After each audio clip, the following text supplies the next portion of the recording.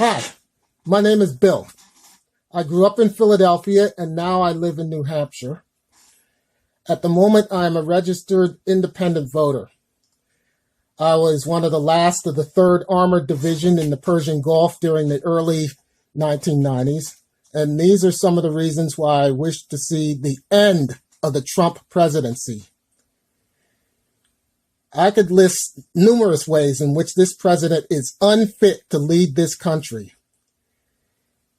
His blatant dishonesty, his blatant racism, his obvious acts of treason, his authoritarian nature, not to mention his failure to deal effectively with the coronavirus. However, I think I will focus on the blatant sexism, which he seems to display almost by instinct.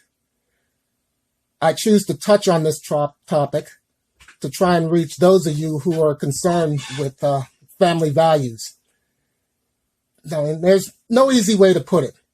The man is out and out feral, okay? Think about it, people. This is a man who has been married not once, not twice, but 3 times. And down through the years, he has been unfaithful to all 3 of those women. This behavior is perfectly in line with his barely concealed contempt for women. I mean, think about it, people. Don't you think our society's marital problems and the divorce stats are bad enough as it is? Just wait until an entire generation of Americans presently growing up and witnessing the example set by this president reach adulthood. Imagine how 8 years of this behavior and attitude will influence these people and impact their relationships with the opposite gender in future years. When then candidate Trump said, and I quote, "I could shoot someone in the middle of Fifth Avenue and I wouldn't lose any supporters," I thought to myself, this man isn't a presidential candidate. He's more like Charles Manson rather than someone who should be elected president.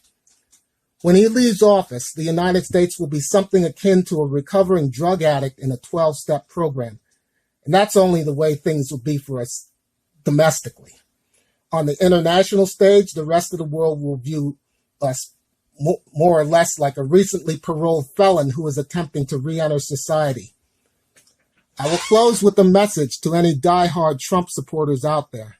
Should Biden win this coming election, I personally will be willing to let bygones be bygones and act as if these past 4 years never even happened. That being said, once Trump is gone, I and many others will not put up with Trump supporters acting as if their man is still in office. There will come a time sooner or later when Trump supporters will have to learn to dance to an entirely different tune. And my hope is that that time comes sooner rather than later. That is why my support and my vote will go to Joe Biden and Kamala Harris.